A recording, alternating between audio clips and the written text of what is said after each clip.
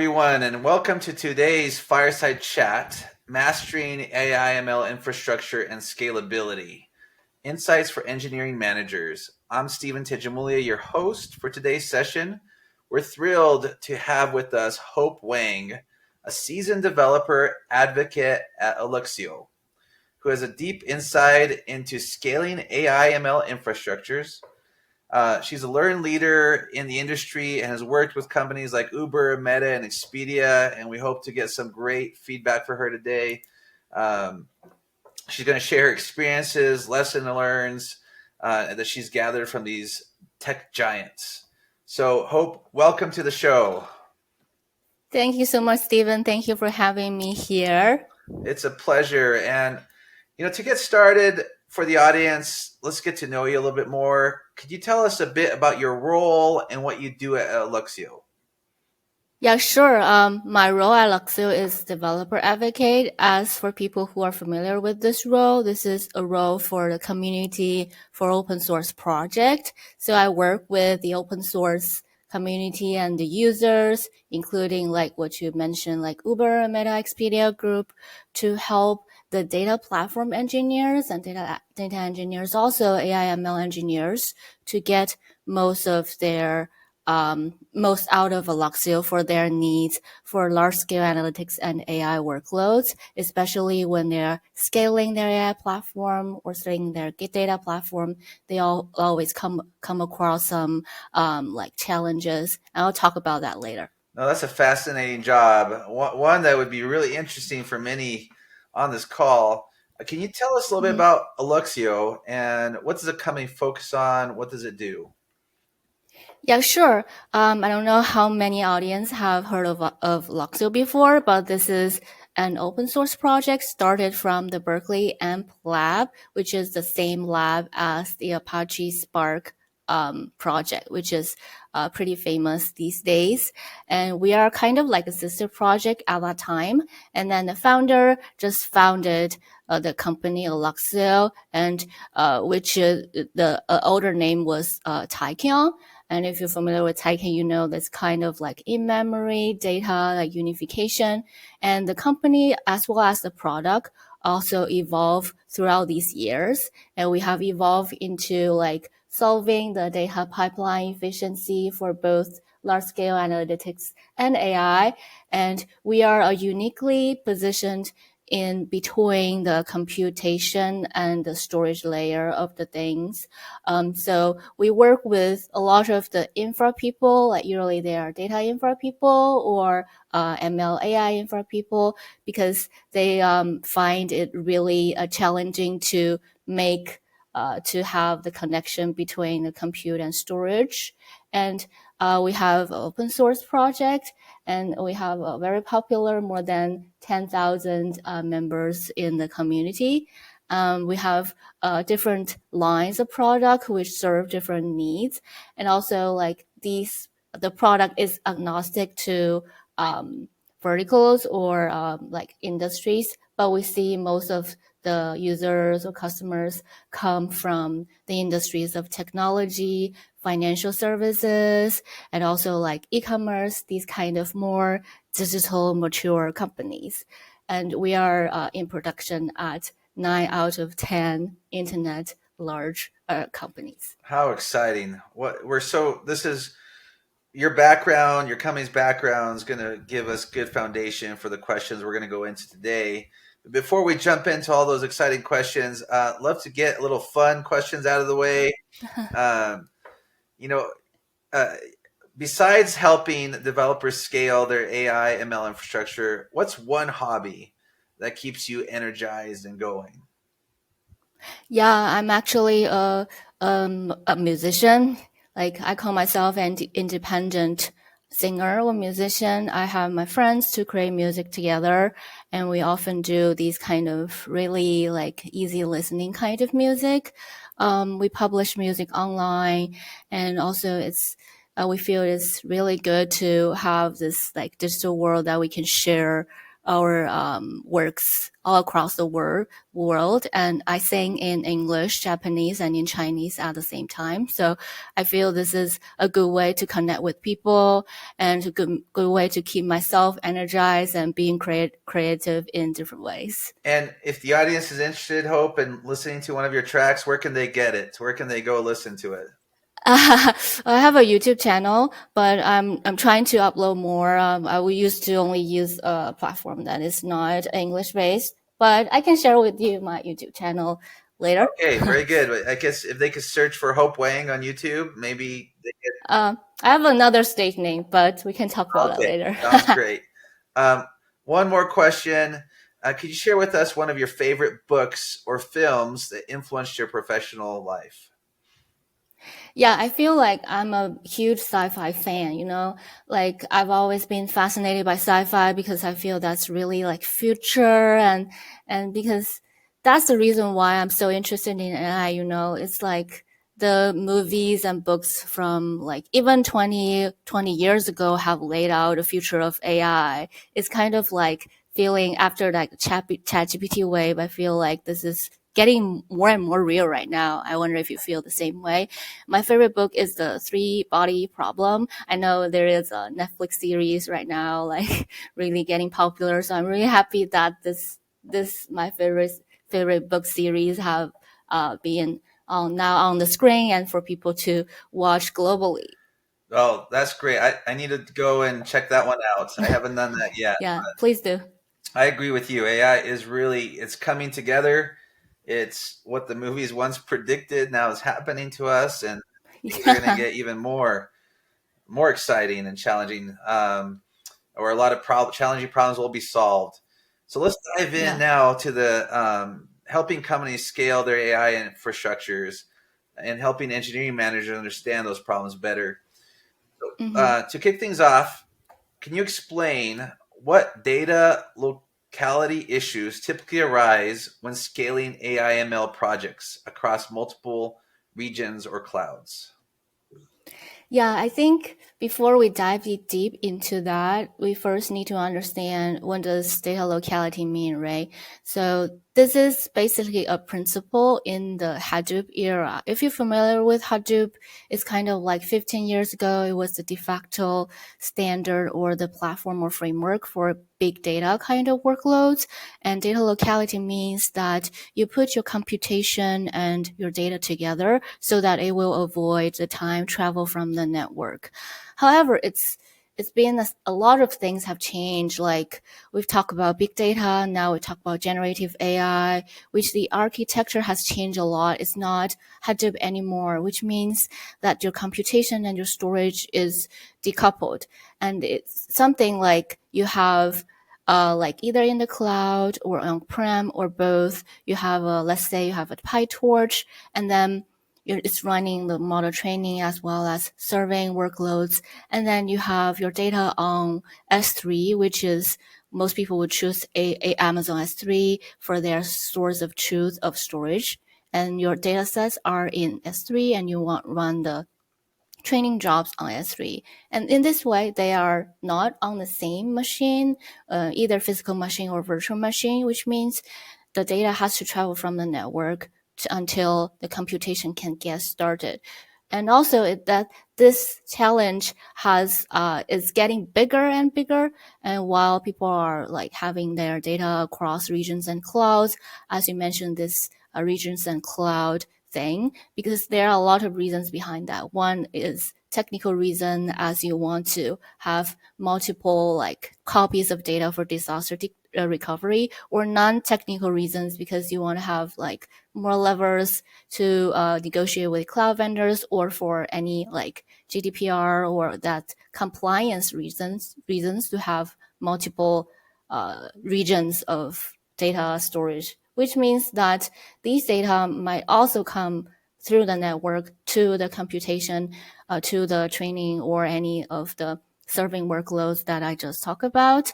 And because there is no data locality anymore, which means they are not local, they are not together. And the network latency is one of the biggest challenges I see when I work with the community users of Alluxio. For example, like this increased latency is something that related to these engineer managers. If you're working on the infra related with the SLAs you provide with your end users, and also affect the overall time of from your original data to the models you want to train, because a lot of companies, especially the more like internet companies, they need a very fast iteration of their models.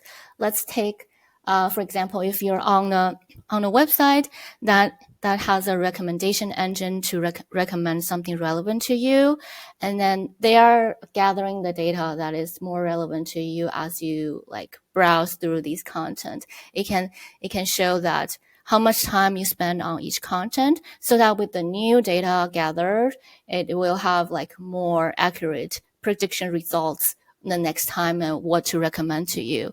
If and the shorter time then they can get their iterations from their models, like the better business result they will get. So this is really like the latency thing, and the overall time of like the machine learning workloads really affect the business in very much. And also like some of the issues or challenges people are coming across is that from the architecture or technical perspective of the multiple copies of data. Because think about if you have like multiple copies of data, it's not only redundant, but also you will have some synchronization issues. Like how can you make sure that these copies are the same when one copy is updated? How can you sync the updates to the other copy? So these are the challenges when you have data like across regions or across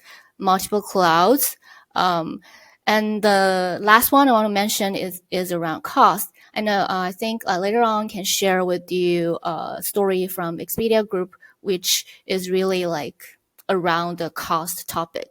So for those who are familiar with the cost model that the cloud vendors provide, they charge by the number of operations. Like every time you read data, it's like a few more less than a cent per thousand operations. But think about as it increase, that this is not neglectable anymore. So it depends on how intensive your workloads are. And also like think about cross-region data transfer is called the egress cost, which means if you're retrieving data like from one region to the other, that means like this is charged by the amount of data transfer through the network. And that cost also adds up quickly. So the cost model is different when you're like having your workloads purely on-prem and versus when you're having them in the cloud, and versus having them both on-prem and in the cloud and multiple clouds. So I think like the main issues or the challenges of related with data locality that I just mentioned are like latency or the overall time of spending on this workloads. And the second is about like redundancy and synchronization. And last one is about cost. No, thank you for explaining and summarizing those. Now, you also have an example of how Uber specifically addressed these data locality challenges using Alluxio. And what were their outcomes? Tell us a little bit about that case study. Yeah, sure. So I think Alluxio is working with Uber on several projects right now. One of the projects is with their analytics kind of workloads. So for those who, if you are familiar with Presto or Trino, and Uber has a large fleet of the Presto and Trino workloads. They basically have like more than 500,000 queries per day, which is like the world top scale of that platform. And there are two types of queries on Presto. One is, we call this more of like a batch, which is scheduled, and the other one is interactive. So interactive queries are also called like ad hoc queries, and these are more of like people would trigger these queries instead of it's batch processed. So that kind of queries are always have like a latency challenges typically seen in like large scale Presto. And then Uber adopted Alluxio just to overcome these kind of latencies because they have seen like an interesting number to share with you is that they only less than 10% of their data is frequently accessed, which means they have some insights or ideas to see the patterns of the data that is frequently like used or frequently read by their end users who are running these queries or doing some dashboard, something like that. So that they're thinking of if they can use a cache, the technology or the something system like cache for people who are really familiar with operating system. I think most engineers are familiar with the concept of cache.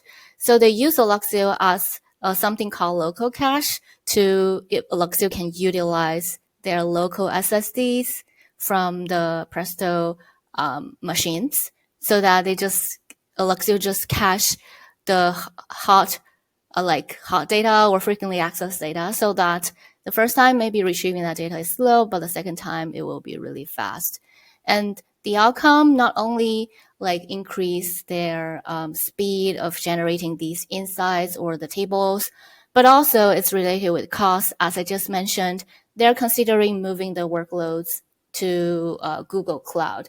And the migration really is really something that they not only need to measure if the latency is the same and things are the same on par with their on-prem, but also cost perspective, it's something really important for them.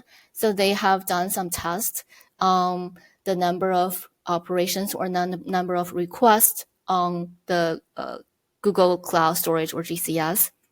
And they found that by using a cache, they were able to reduce like nearly 70% of the requests on their GCS, which means like I won't say that Alluxio would be able to reduce their costs so much, but at least they have tested that using a cache would greatly reduce the number of requests directly to the cloud storage so that they can reduce the operations cost on the cloud.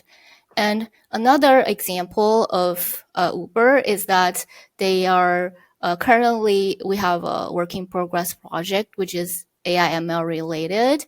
And the story side of things is that they're still using HDFS, but HDFS is something that, like they have a limited throughput or limited performance to provide for the training workloads. And for those who are familiar with the training workloads and GPU, which means that GPU is really expensive cycles. Think about is like how much EC2 of like A100 GPU costs, and also think about nowadays like I was in GTC last month, and it's getting more and more. It's getting faster and faster, but the storage side of things cannot keep up, which means GPUs are usually waiting for data until they can start the process. So it's what we typically see is that 50% of the time they are like waiting there, sitting idle, waiting for data. And there is a metric called GPU utilization. If you are running these kind of workloads, you can take a look at the number. Typically, we see only like 50% of GPU is 50% of the time it is running, it is fully utilized. So for this work in progress project that we work with Uber is using Alluxio to speed up the data access time and also prefetch the data into our local SSDs or other like storage media so that GPU don't have to retrieve data from a slower storage. Instead, they can retrieve data from like faster Alluxio tier. So in this way, like it's reducing the time GPU waiting for data. So basically we can expect like 90% of GPU utilization instead of like 50%. So these are the real world stories I want to share. That's very impressive what you've been doing with Uber and sharing that. Now, for those engineering managers listening, what recommendations do you have for them who are facing similar issues, and how should they get started?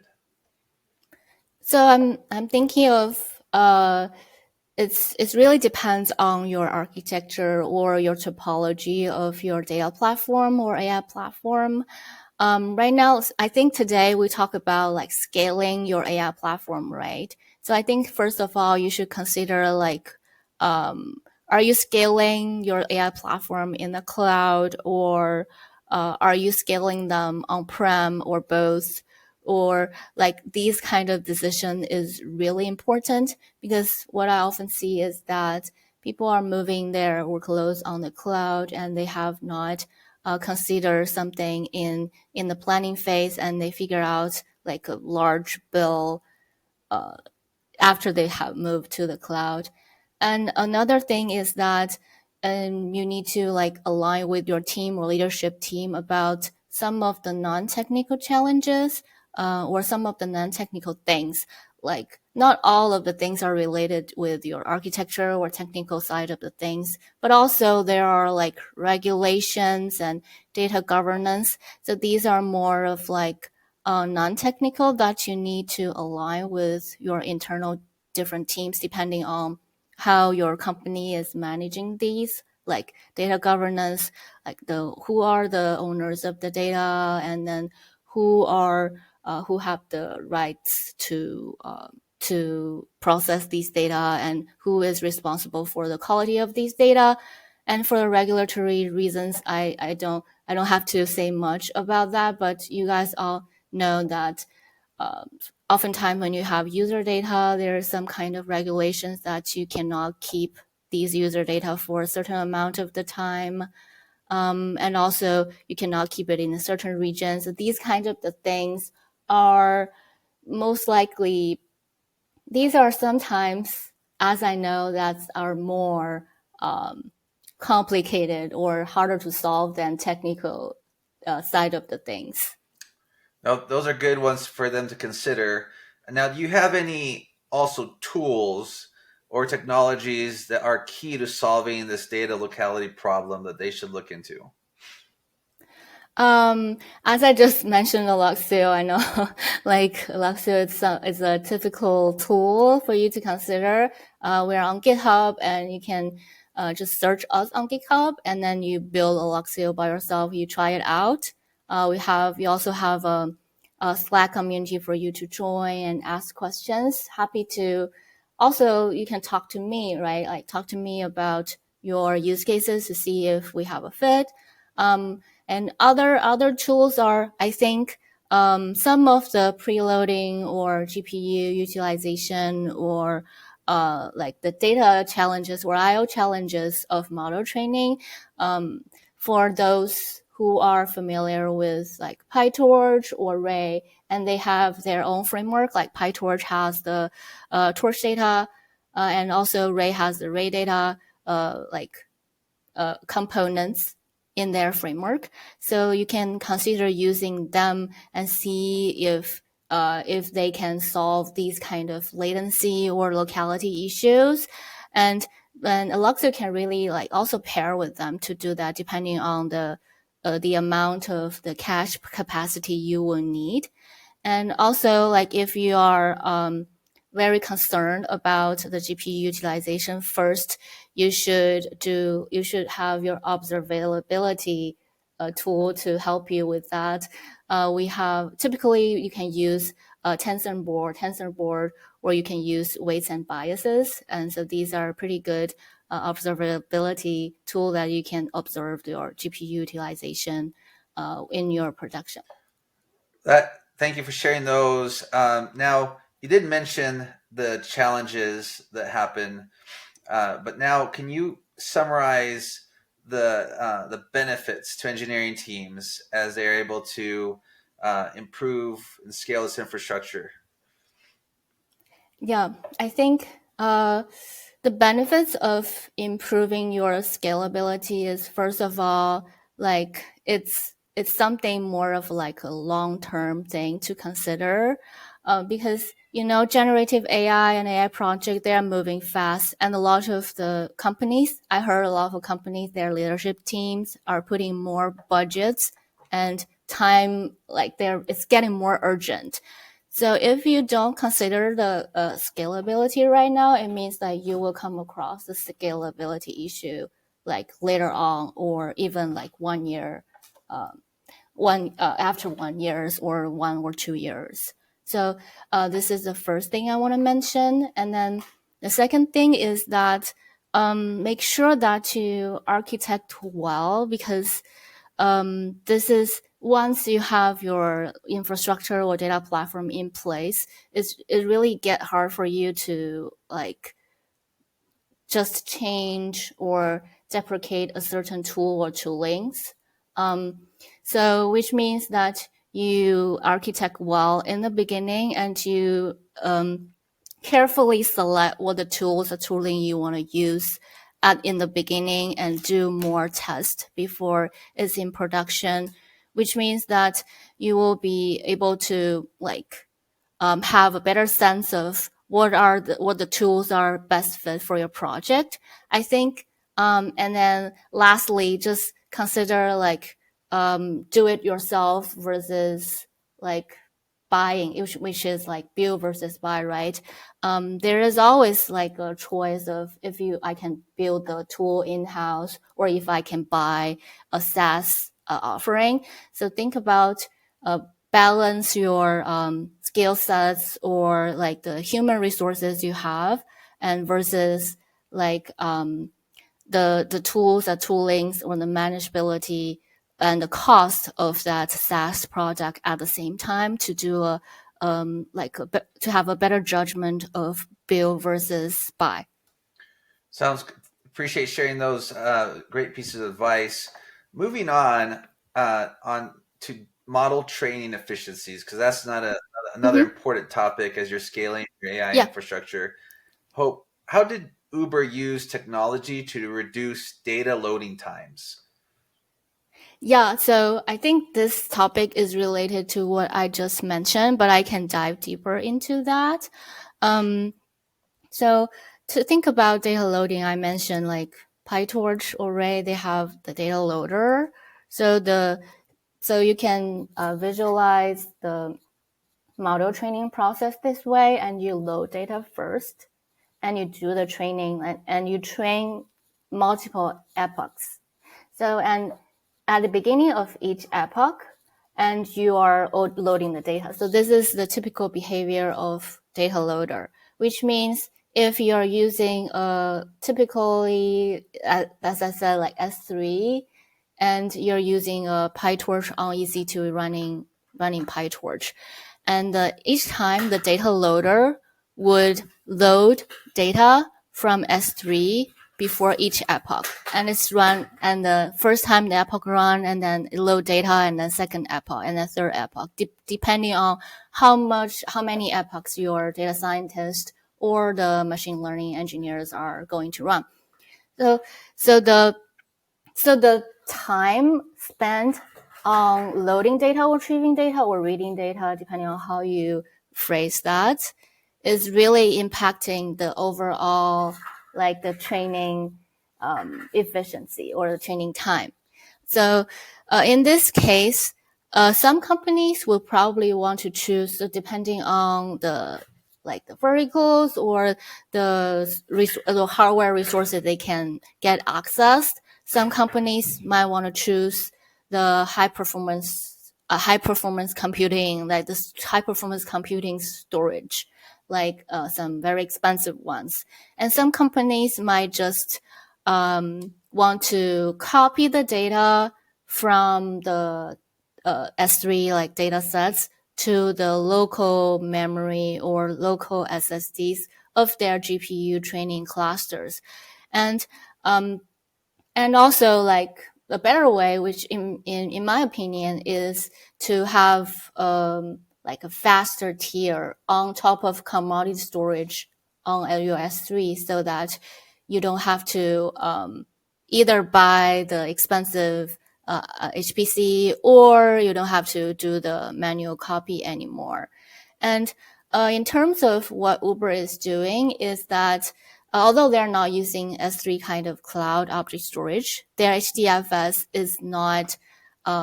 does not provide a good enough speed to fully like saturate their training cluster, so that they use Alluxio to serve data instead of directly serving data from HDFS. And we have proven to be several times faster than HDFS itself.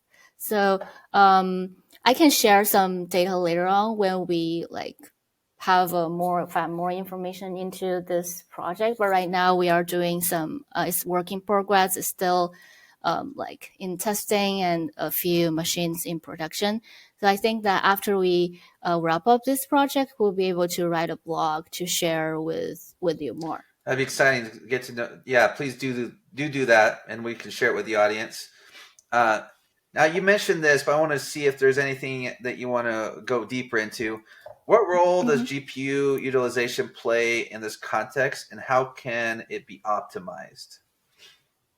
Yeah, I know I also mentioned GPU utilization, but yeah, let's get deeper. So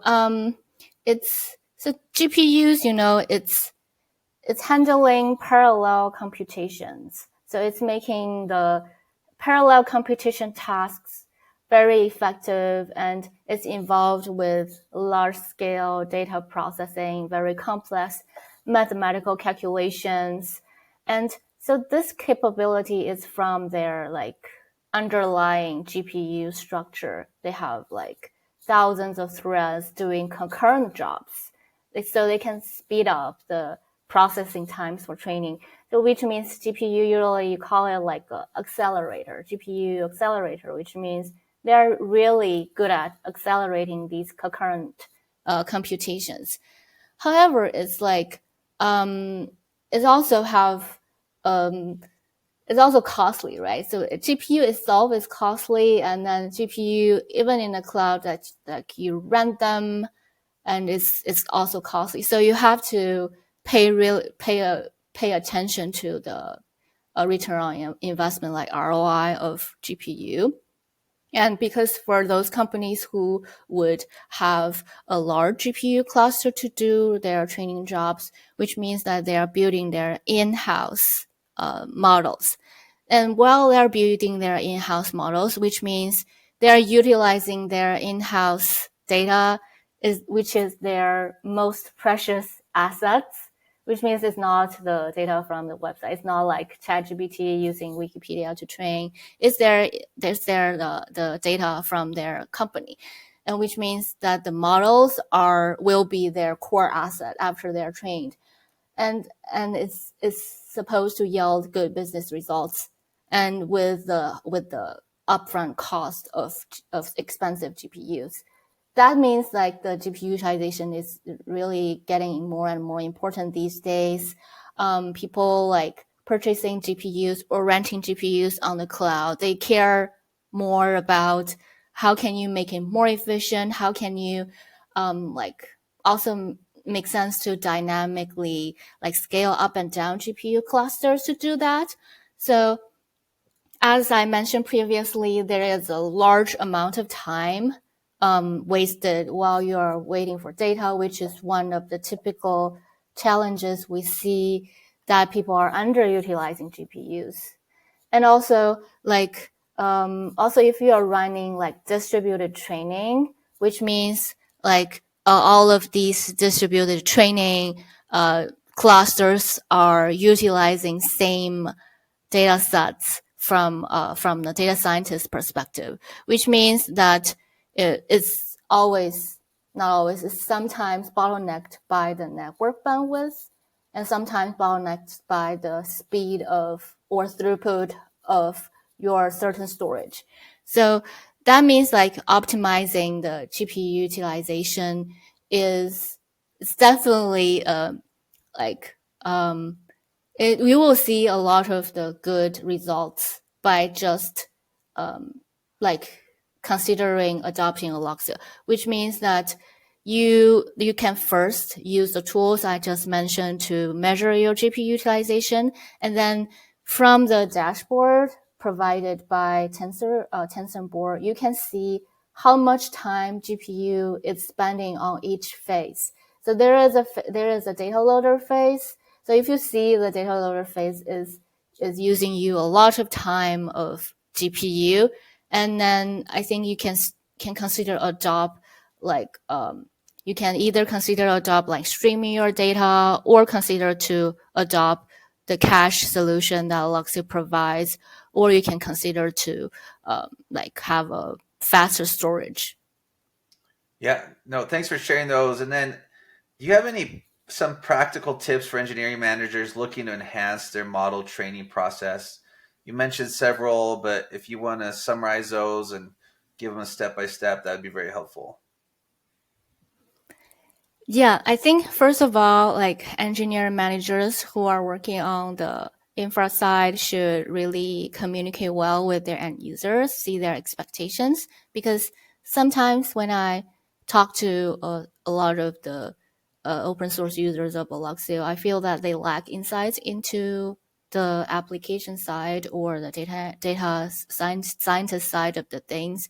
I think communications are really important for you to understand their daily life and what are their challenges, because your challenges might not be the same as their challenges, but if you can solve their challenges, I believe like your work and your optimizations or enhancement would be much more impactful than solving your own challenges, and it's a win-win situation, right? I think. And the second one is to really like look into what is bottlenecking your model training process. So is it if it is the speed, and you look into like which phase is slow, and if it is the cost, and you look into the bills that you receive from your cloud vendors, and you do some kind of negotiation with them or some kind of other like optimization techniques.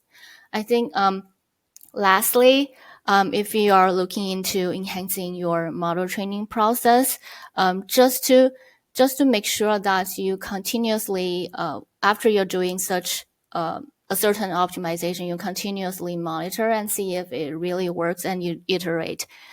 Because for infra people, it's optimizations are not going to end. There are always things to optimize.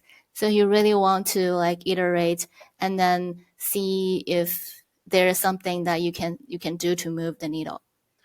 And any as you know, as an engineering manager thinking about the great insights you provide so far, any pitfalls in this area that should be avoided that they should know about? Um, Let me think. Um, I think the common pitfall, as I also mentioned, is that the expectations of the end users and yourself, because for infra engineers or for they're always like software engineers. They care about like the clusters. They care about the machines. They care about like latencies and SLAs, but end user experience is something that they can think about it as a whole and to do more to align more with uh, like application users or data scientists or these users, instead of only think about your platform itself. Yeah, okay, that's a great one for them to keep in mind. To summarize this section, I just want to state the benefit one more time for the audience. So, how does improving model training efficiency impact the overall AI ML pipeline?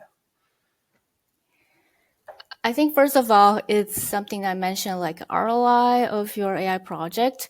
So like when I know a lot of companies are having more budgets, are putting into more budgets into a project. So the ROI side of the things is GPU would really greatly impact the ROI side of the things. And that second one is it's the speed, that how fast can you iterate your model is related to your really like business competitive advantage. That's the speed is really important. And lastly, it's about like all of these, like something that you really would be overlooked is the IO bottleneck that you see from your GPU utilization perspective is something I want to raise awareness about. That's something often bottleneck, but once you optimize it, you will see a huge difference. Thanks for summarizing that. Now we're getting close to time here. There were two Mm-hmm. sections I wanted to cover. I don't think we're going to be able to cover both of those. One is Mm-hmm. cost-effective data management, and the other one is streamlining data access and integration. Do you have time to cover one more of those? I think I can cover like the Expedia thing that Perfect. I just talked about. Okay, Yeah. you did mention that, and I know people were interested in that. I was specifically interested in that one as well. So why don't we jump into there? Hope Yeah. Expedia Group manages a vast amount of data across different platforms. What are their key strategies for cost-effective data management? Yeah, so I think people are really familiar with Expedia, right? Have you ever like purchased like Oh yeah, tickets or hotels from sure Expedia, many right? have. So Expedia, yes, it's a really famous brand. It's Expedia is not only Expedia.com, and they are a group, which means they have a lot of brands. They have Expedia.com, they have hotels.com, they have even like Verbal. So it's like a group of brands that they do like merge acquisitions and group together to form the Expedia group. And these kind of Expedia kind of company is really like um, having different brands or different companies, organizations to run, and also they need insights of the entire group.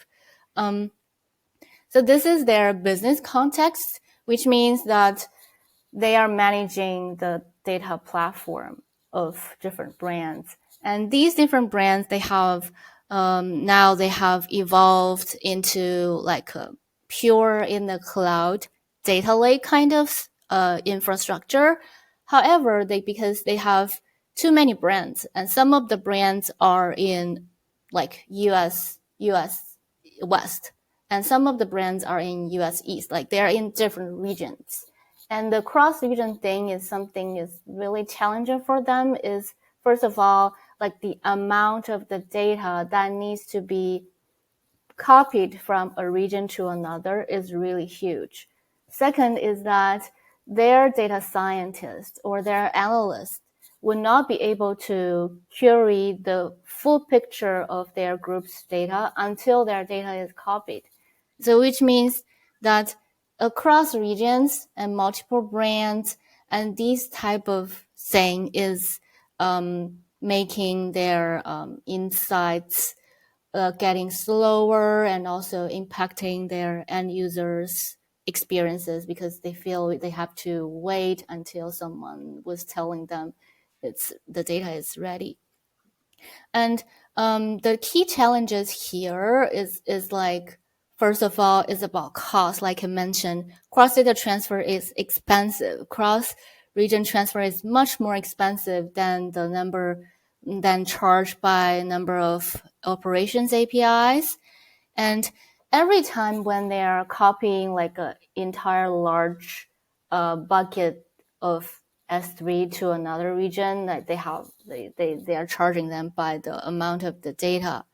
And also another cost or not cost related, but the like latency or the time to insights, if you think about this related, is that it's they do the manual copy or they write a script of the copy like every night or like once every few days, which means that every time when they do this copy, that their end users who are trying to do like they want to merge table or they want to run some kind of training jobs across like multiple regions, they have to like wait until the data is copied.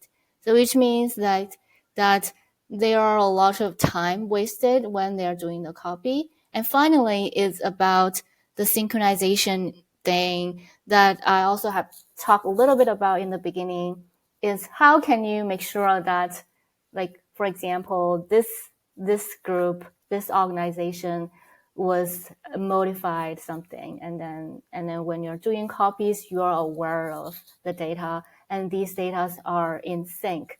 So these are the challenges they come across when they are managing these kind of like multiple brands, like they call this brand world kind of data lake architecture.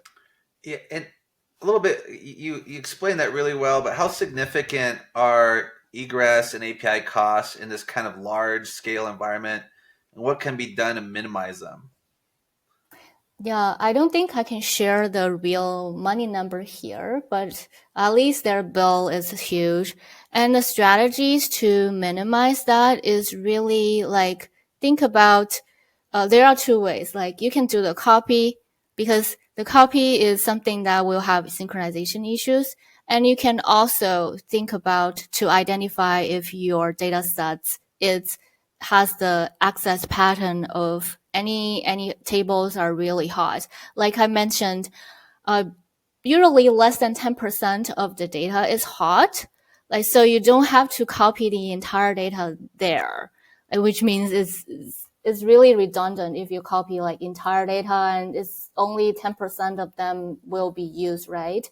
So, by adopting Alluxio, they were able to have like, for example, if Alluxio is in the U.S.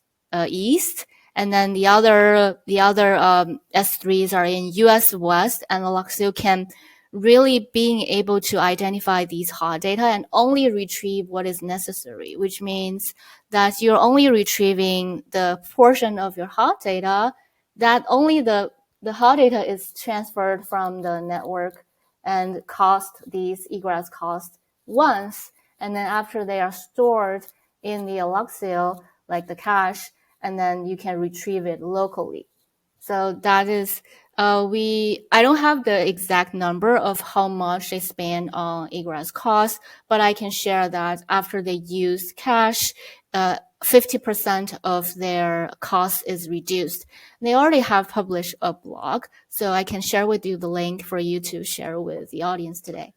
Thank you for sharing that. One last question on this topic. What Mm-hmm. advice would you give to engineering managers to better forecast and control their data management budgets?